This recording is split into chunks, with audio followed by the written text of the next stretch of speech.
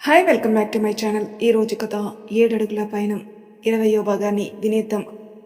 నందు, హర్ష ఇద్దరూ వచ్చి ఆ వ్యక్తిని తీసుకుని శత్రువు ఎదురుగా కూర్చొని ఆ వ్యక్తిని శత్రువు పక్కన కూర్చోబెడతారు. రవి పద్దుల అయోమయ పరిస్థితి అర్థమైన హర్ష, రే ఏంట్రా అలా చూస్తున్నా, నీకు మృదుల తెలీదా ఏంటి అంటాడు హర్ష. తెలియకపోవడం ఏంట్రా, మా ఇంటి పక్కనేగా కానీ అంటూ ఆగిపోతాడు రవి. కానీ తనిక్కడికి ఎందుకు వచ్చిందనే కదా నీ క్వశ్చన్ అంటాడు హర్ష. రవి తల నిలువుగా అడ్డంగా ఊపుతాడు. "హ్మ్, మనమే చెప్తాము కానీ రేయ్ శత్రు, నువ్వు చెప్పరా అంటాడు హర్ష. మృదులతో కళ్ళతోని ఏదో మాట్లాడుతూ అడుగుతూ ఉన్న శత్రు హర్ష మాటలు వినిపించుకోడు. మృదుల మాత్రం విని అటు చూడమని కళ్ళతో సైకిల్ చేస్తున్నా ఏమీ పట్టించుకోకుండా కళ్ళతోనే ఎందుకొచ్చావు అని తిడుతున్నాడు. అబ్బా అని మృదుల తల కొట్టుకుని పక్కకు చూసేసరికి హర్ష, రవిలు వాళ్ళనే చూస్తుండడంతో హిహిహి అని నవ్వి ఫోన్ చూస్తున్నట్టు చూస్తూ టేబుల్ కిందన్న శత్రు కాల్ని తొక్కుతుంది. హా అని అరిచి మృదుల వైపు కోపంగా చూసేసరికి తను ఫోన్ చూడడం చూసి తనని గుర్రుగా చూసి పక్కకు తిరగ్గా రవి, పద్దు, హర్ష, నందు తనని చూడడం చూసి ఇప్పటి వరకు తను వెలగబెట్టిన సినిమా గుర్తుకొచ్చి తప్పించుకోవాలని హిహిహి ఐఎమ్ ఓకే అని నవ్వుతాడు. అందరికీ మ్యాటర్ అర్థమైనా కానట్టు ఊరుకుని నవ్వుకుంటారు. శత్రు దొరికిపోయాడని అర్థమైనా మృదుల ధైర్యంగా ఉండడం చూసి కొంచెం ధైర్యం తెచ్చుకుని ఎన్టీఆర్ స్టైల్లో యాక్టింగ్ ఎరగదిద్దామని రెచ్చిపోతూ అవును బావా, ఈ అమ్మాయి ఎవరు, ఎక్కడో చూసినట్టుంది, నందు ఫ్రెండా అంటాడు. ఆ మాటకి మృదుల, హర్ష, నందు ముగ్గురు ఒకేసారి శత్రువుని చురుగ్గా చూస్తారు. వాళ్ళ చూపుకి తడబడి అంటే అదే ఎక్కడ చూసానా అని అంటాడు. అదే నిన్ను అడుగుదామని అంటాడు హర్ష. ఏంటి నన్నా అంటాడు శత్రు. అదేరా రవి, ఈ అమ్మాయిని ఎందుకు తీసుకొచ్చారని అడుగుతున్నాడురా, నేను నీకోసమే అంటున్నాను అంటాడు హర్ష చాలా కూల్గా. ఏంటి నన్ను నా కోసమా అని హర్షని మృదుల వైపు చూస్తాడు. ఏంటి ఇది అన్నట్టుగా శత్రు. మృదుల ఏం మాట్లాడకుండా రవికి, ఒరేయ్ నేనేమీ చెప్పలేదు, వాళ్ళు నన్నేమీ అడగలేదు, నువ్వు కంగారు పడి మొత్తం చెప్పేకిరా ఆత్ర పక్షి, ఇద్దరం దొరికిపోతాం అని మెసేజ్ పెడుతుంది. శత్రు నోటిఫికేషన్ సౌండ్తో మొబైల్లో మెసేజ్ చూసుకుని అమ్మయ్య అని ఊపిరి పీల్చుకుంటాడు. వాళ్ళిద్దరిని గమనించి నవ్వుకుంటాడు హర్ష. మృదుల ఇచ్చిన ధైర్యంతో శత్రు ఇక రెచ్చిపోతూ నా కోసం ఏంటి బావా అంటాడు ఏమీ అరగినట్టు. అదేరా, నువ్వు మన వాళ్ళందరినీ తీసుకొని రమ్మన్నావుగా, అందుకే మృదులను కూడా తీసుకొచ్చా అంటాడు హర్ష. ఓ అంటాడు శత్రు. లెట్ మీ ఇంట్రడ్యూస్ హర్ అని చెప్పి శత్రు తను మృదుల, సుశీల్ అంకుల్ అదేనండి, నందు వాళ్ళ నాన్నగారికి ఆపరేషన్కి హెల్ప్ చేస్తారు కదా, హర్ష డిప్రెషన్లో ఉన్నప్పుడు వచ్చారు కదా ఆయనే, వాళ్ళ అమ్మాయి తను రవి వాళ్ళ ఇంటి పక్కనే ఉంటుంది, అందుకే రవికి తెలిసింది అని క్లారిటీ ఇస్తాడు హర్ష. ఓ ఐసీ, అక్కడే చూసుంటాను అన్న శత్రు మాటలకి తనని తినేసేలా చూస్తుంది మృదుల. హర్ష నవ్వుకుని మృదుల తను శత్రుఘ్ని నా బెస్ట్ ఫ్రెండ్ అండ్ నా బామర్ది అంటాడు. ఓ హాయ్ అండి అంటుంది మృదుల. శత్రు కూడా హాయ్ అంటాడు. హర్ష కావాలని రే, నువ్వు సుశీల్ అంకుల్ వాళ్ళ ఇంటికి వెళ్తూ ఉంటావు కదరా, ఎప్పుడు చూడలేదా తనని అంటాడు. లేదురా, మనం వెళ్ళిన పని మీద తప్ప దేని మీద కాన్సన్ట్రేషన్ చేయనని నీకు తెలుసు కదరా అంటాడు శత్రు. ఒక్క చూపు చురుగ్గా చూస్తుంది మృదుల. శత్రు తడబడి మృదుల నుండి చూపు తిప్పుకొని సరే ఆర్డర్ చేయండి అన్నాడు రవి వాళ్ళ వైపు చూసి. రవి నవ్వి టేబుల్ రిజర్వ్ చేసినప్పుడే ఫుడ్ కూడా ఆర్డర్ ఇచ్చేస్తాం కదరా అంటాడు శత్రుని చూసి. కదా మర్చిపోయాను అని నవ్వి వాటర్ తాగుతూ ఉంటాడు. రవి, హర్షాలు ఏదో మాట్లాడుకుంటూ ఉంటారు. వాళ్ళ మాటలు విన్న శత్రుకి ఒక్కసారిగా పొలమారి విపరీతంగా దగ్గుతూ ఉంటాడు. మృదుల వెంటనే రియాక్ట్ అయి శత్రు తలపై చిన్నగా తడుతూ ఉంటుంది. 1-2 నిమిషాలకి నిదానించిన శత్రు హర్ష వాళ్ళ వైపు చూస్తాడు. వాళ్ళు నవ్వుతుండడం చూసి మృదుల వైపు చూస్తాడు. తను సైలెంట్గా వెళ్ళి తన చైర్లో కూర్చుంటుంది. 2 నిమిషాల ముందు సరిగ్గా శత్రు మాట్లాడుతూ వాటర్ తీసుకోబోయేంతలో రవి హర్షని ఏంట్రా ఇవాళ కొత్తగా మృదులను తీసుకొచ్చావు, ఏదైనా స్పెషలా అంటాడు. అవునరా, సుశీల్ అంకుల్ మృదులకి ఏదో సంబంధం చూసారంటే ఇవాళ ఈ రెస్టారెంట్లోని పెళ్లి చూపులంట, మనం ఎలాగో ఇక్కడికే వస్తున్నాం కదా అని తీసుకొచ్చా అంటాడు హర్ష. ఆ మాటలు విన్న శత్రుకి ఒక్కసారిగా పొలమారుతుంది. పాపం మృదుల శత్రుని కోపంగా చూస్తూ హర్ష వాళ్ళ మాటలు వినదు. ప్రెజెంట్ ఏమైందిరా, మెల్లగా తాగు అంటాడు హర్ష. అంటాడు శత్రు మృదువుల వైపు కోపంగా చూస్తూ. శత్రు ఎందుకు అలా చూస్తున్నాడో తెలియక అయోమయంగా చూస్తుంది మృదుల. అవునరా, ఇప్పటిదాకా మేము నీతో మాట్లాడుతుంటే నువ్వు ఎవరితో మాట్లాడుతున్నావు, కనీసం మా మాటలు పట్టించుకోకుండా అంటాడు హర్ష. "ఆ, అది అది నేను బ్లూటూత్లో మాట్లాడుతున్నాను బావా" అంటూ తన చెవిలో ఉన్న బ్లూటూత్ని చేసి చూపించాడు. "ఓ" అన్నారు అందరూ ఒకేసారి. శత్రు ఓరగా అందరిని చూసి, "నమ్మారా? నమ్మినట్టే ఉన్నారులే. సర్లే, ఈరోజు బ్లూటూత్ అని తెచ్చుకోవడం మంచిదైంది" అనుకుంటాడు. ఇంతలో శత్రు ఫోన్ రింగ్ అవడంతో 1 మినిట్ అని చెప్పి పక్కకెళ్తాడు. హర్ష నందుకి సైగ చేయడంతో నందు పక్కనే ఉన్న మృదులతో వదినా అంటుంది. మృదుల వింతగా చూస్తుంది. "ఏంటి వదిన అలా చూస్తున్నావు? నువ్వు హర్ష గారిని అన్నయ్యనే కదా అనుకుంటావు, అందుకే అన్నాను" అంటుంది. మృదుల చిన్న స్మైల్ ఇస్తుంది. వదిన, నీకు గుడ్ న్యూస్" అంటుంది నందు. "ఏంటది?" అంటుంది మృదుల. అది అది అంటూ హర్ష వైపు చూస్తుంది నందు. హర్ష డూ ఇట్ అని కళ్ళారపడంతో నందు మళ్ళీ స్టార్ట్ చేస్తుంది. "అది సుశీల్ అంకుల్ నీకు ఒక సంబంధం చూశారు" అంటుంది మెల్లగా. "వాట్?" అంటూ షాక్ అవుతుంది మృదుల. "నువ్వు షాక్ అవ్వకు, చూసింది వేరెవరినో కాదులే, మా అన్నయ్యని" అంటూ నవ్వుతుంది నందు. "ఏ అన్నయ్య?" "నువ్వు ప్రేమించిన మా అన్నయ్యే." "అంటే శత్రునా?" ఎగ్జైట్ అయ్యి అడుగుతుంది మృదుల. నందు హర్ష మొహాలు చూసుకుని నవ్వుకుంటారు. మృదుల నాలుగు ఖర్చుకుని చెప్పేశానా అనుకుంటుంది. నందు నవ్వుతూ, "అమ్మయ్య, ఓపెన్ అప్ అయిపోయారు" అని, "సరే, ఈ విషయం నువ్వు ఎలా అయితే నీ నోటితో నువ్వే చెప్పావో అన్నయ్యతో కూడా అలానే చెప్పిద్దాం. నువ్వు మాకు కోఆపరేట్ చేయాలి" అంటుంది. మృదుల కాసేపు ఆలోచించి ఓకే డన్ అంటుంది. ఎంతసేపు అదంతా వింటున్న రవి పద్దులకి మొత్తం అయోమయంగా ఉంది. పద్దు నందు భుజాన్ని గోకుతూ, "ఏంటి అసలు ఇక్కడ ఏం జరుగుతుంది?" అంటుంది. "ముందు నువ్వు ఆ గోకుడు ఆపితే నేను చెప్తాను" అని వాళ్ళ లవ్ విషయం వాళ్ళకి ఎలా తెలిసిందో చెప్తుంది నందు. తెల్ల మొహాలు వేసుకుని చూస్తూ ఉంటారు రవి పద్దులు. హర్ష నవ్వుతాడు. రవి పద్దులు ఒకరినొకరు చూసుకుని, "పర్లేదే, శత్రుగాడు కూడా మా బాటలోనే నడిచి మీకు దొరికిపోయాడు. అప్పుడు నందు మమ్మల్ని కనిపెట్టింది, ఇప్పుడు హర్ష కనిపెట్టాడు. సరిపోయారు ఇద్దరికిద్దరు" అంటాడు రవి. ఆ మాటకి హర్ష నందులు ఒకరినొకరు చూసుకుని సైలెంట్ అయిపోతారు. ఇంతలో శత్రువు వస్తాడు. "ఏంటి అందరూ అంత సీరియస్గా ఉన్నారు?" అంతా మళ్ళీ మామూలై శత్రుని చూసి నవ్వుతారు. హర్ష రవికి సైగ చేయడంతో రవి శత్రుతో, "రే, పెళ్లి కొడుకు ఎవరో తెలుసా? మన చైతన్యగాడ్రా. ఇద్దరు ఒకరికొకరు పర్ఫెక్ట్గా ఉంటారు కదా, నువ్వేమంటావు" అంటాడు. శత్రు మొహం దెబ్బకి మాడిపోయింది. అయినా అది కనిపించనివ్వకుండా, "హా, బాగుంటారా, కానీ మృదులకు కూడా నచ్చాలిగా" అంటాడు. "ఎందుకు నచ్చడు? వాడికేం తక్కువ? నీకంటే కలర్ ఎక్కువే, హైట్ ఇంచుమించు నీ అంతే ఉంటాడు, పర్సనాలిటీ కూడా నీకంటే బాగుంటాడు కదరా. అంతెందుకు, ఇప్పుడే తనని అడిగాం, తను నచ్చాడని చెప్పింది. ఇక తను ఒకసారి రావడం మాట్లాడుకోవడం మాత్రమే" అంటాడు. రవి చెప్పిన దానికి శత్రుకి నోట మాట రాదు. మృదులని చూస్తూ ఉండిపోతాడు. మృదుల మాత్రం తన ఫోన్లో ఏదో చూసుకొని నవ్వుకుంటూ బ్లష్ అవుతూ ఉంటుంది. "తనేంటి ఏం చూసుకుంటూ అలా సిగ్గుపడిపోతుంది" అంటాడు శత్రు. "అదే, తనకి కాబోయే మొగుడు ఫోటో పంపించాడు హర్ష, అదే చూసుకుంటుందనుకుంటా." "వాట్?"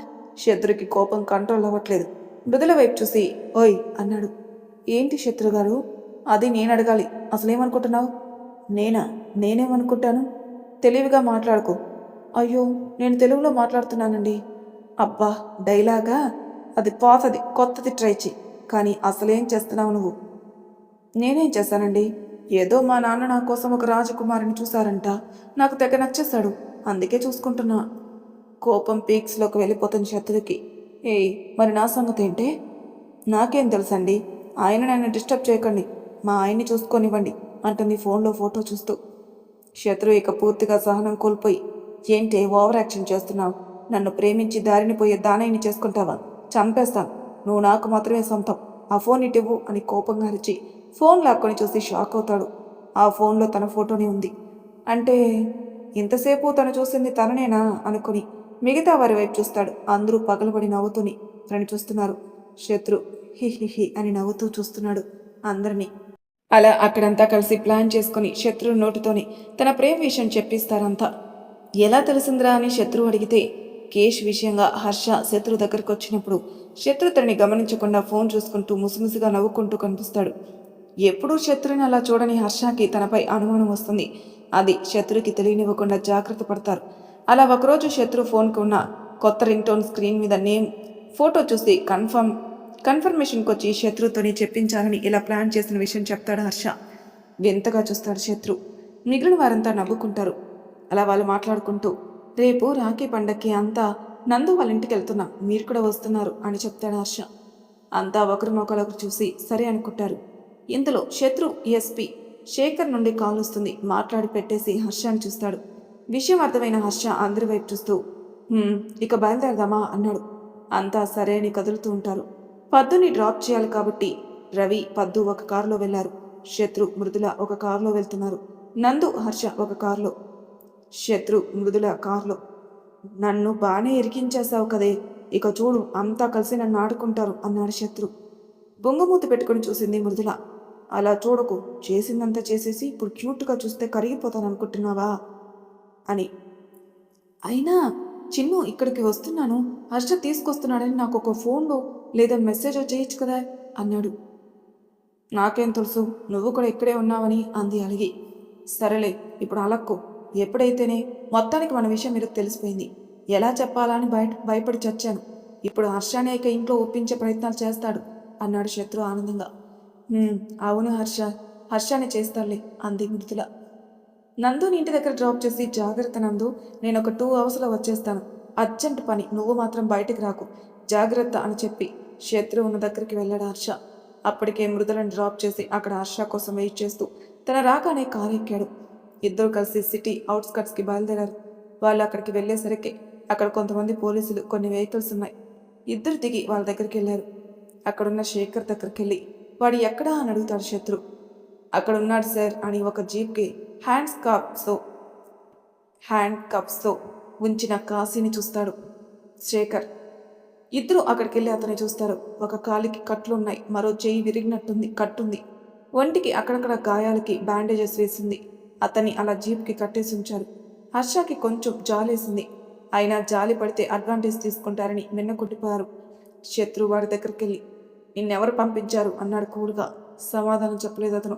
మళ్ళీ అడిగాడు అలానే. ఈసారి కొంచెం పొగరుగా చూసి మొహం పక్కకు తిప్పుకున్నాడు అతను.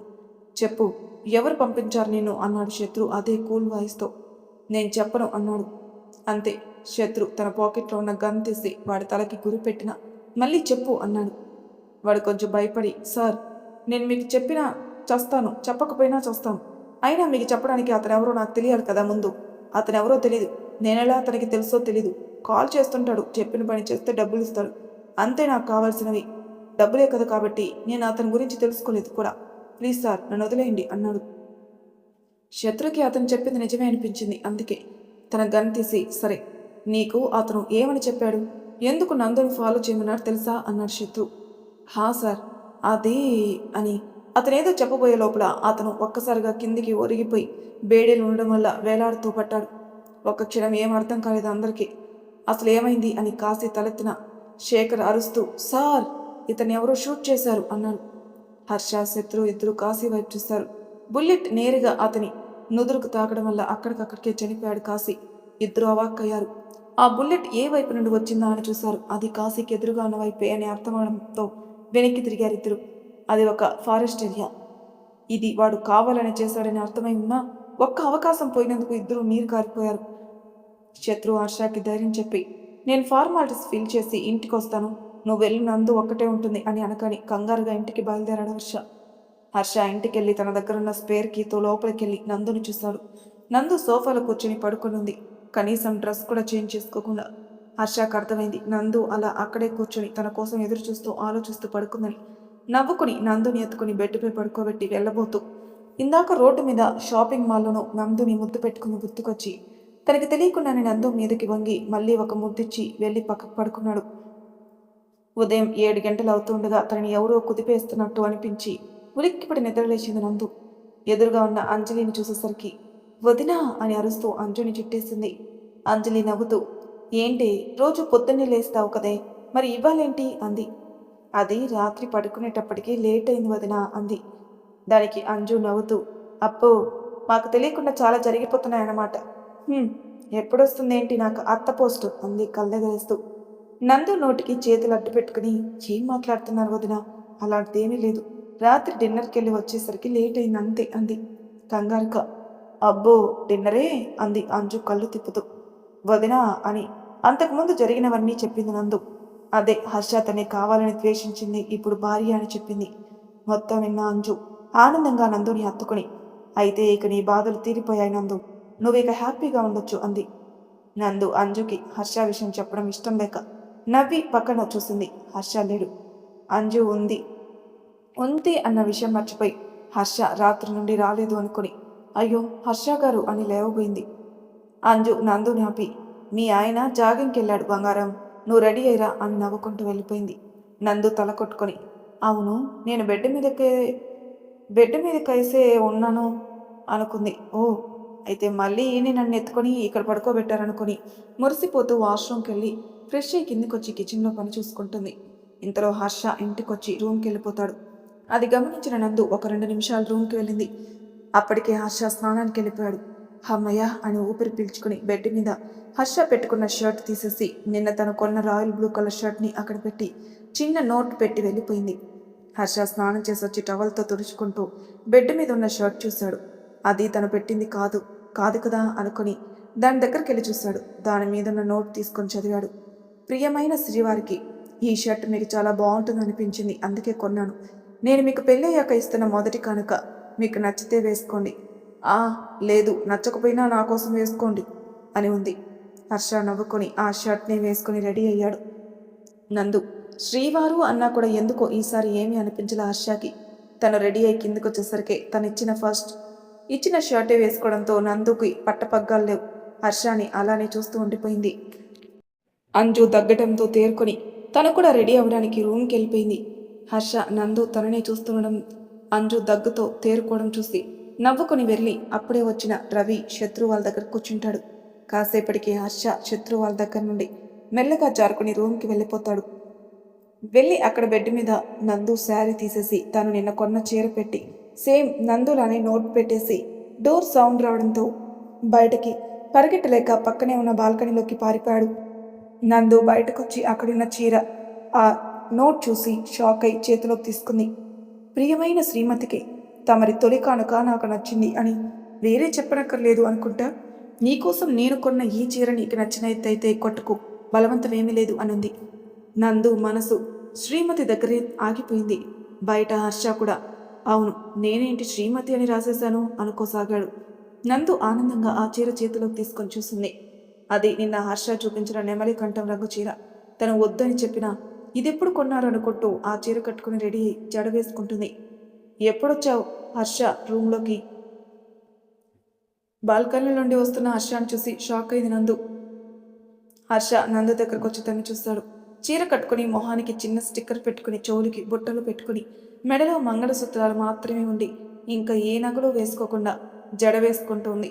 తనని చూసి బ్యూటిఫుల్ నందు అని మళ్ళీ తనని తేరిపార చూసి పక్కనే ఉన్న కుంకుమ వరిని తీసుకుని నందు పాపిట్లో సింధూరం దిద్ది పర్ఫెక్ట్ అని నుదుటిన ఒక ముద్దిచ్చి బయటికి వెళ్ళిపోయాడు. అతని చర్యలని నందు ఎంత షాక్ అయిందో అంతకన్నా ఎక్కువ షాక్ అయ్యాడు హర్ష. అసలు నేనేం చేశానని కాసేపటికి తేరుకున్న నందు హర్ష దిద్దిన కుంకుమని తన చేత్తో తుడుముకుంటూ ఆనంద బాష్పాలతో రెడీ అయి కిందికెళ్ళింది. మెట్లపై నుండి ఆనందంగా రెడీ అయి వస్తున్న నందుని చూస్తూ అలాగే ఉండిపోయాడు హర్ష. అది చూసి నవ్వుకున్నారు రవి శత్రువాలు. మరి తర్వాయి భాగంలో ఏం జరుగుతుందో నెక్స్ట్ ఎపిసోడ్లో తెలుసుకుందాం. అంతవరకు నా ఛానల్ సబ్స్క్రైబ్ చేయని వాళ్ళు ప్లీజ్ సబ్స్క్రైబ్ చేసుకోండి, లైక్ చేసి షేర్ చేయండి, మీ అభిప్రాయాలకు కామెంట్ రూపంలో తెలియజేయండి. Thank you for listening.